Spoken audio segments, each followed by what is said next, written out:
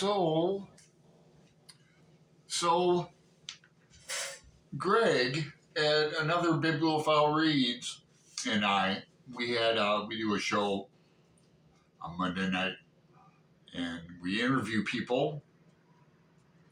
If you're interested in being interviewed on the show, leave me a comment below, and we'll get you on. We're booked up until through June at least, so that's good. Sometimes we're booked up. This isn't about the show. This is about John Berryman.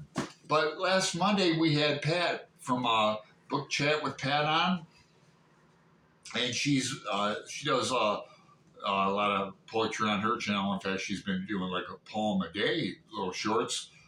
She started last month for like Poetry Month and just continued with it. Not discontinued with it, but she continued with it until May. So that's great. And I brought up John Berryman because she hadn't done any John Berryman yet in all these days.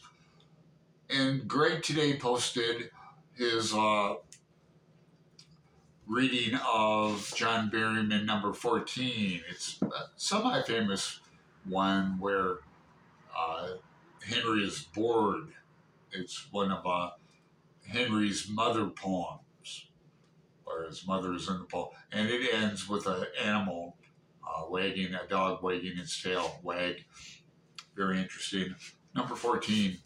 And I have a playlist on John Berryman because we went through this in a group a few years ago where I have Greg reading numbers 13 and number 42, I believe, or 47, but they're in my playlist. I'll link that below, and I'll link to Greg's reading number 14 below too, and I'll link to Pat's channel in the description box below too.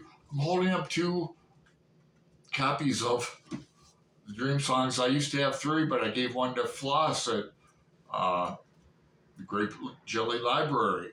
All these channels will be linked below in the description box. And I'm also going to throw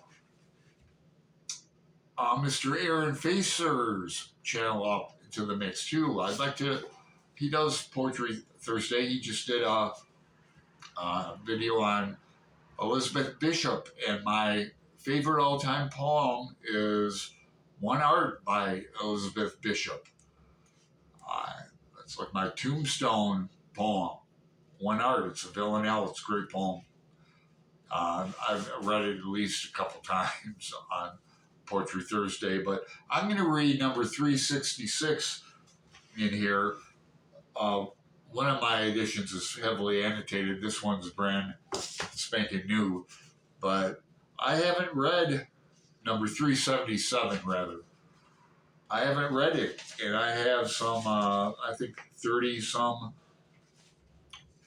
Dream Song, John Berryman poems in my playlist. 377 is a poem in the last part 6 of, so he's oversees a lot of this, and a lot of them take place on or during Christmas. It does as well, and it takes place.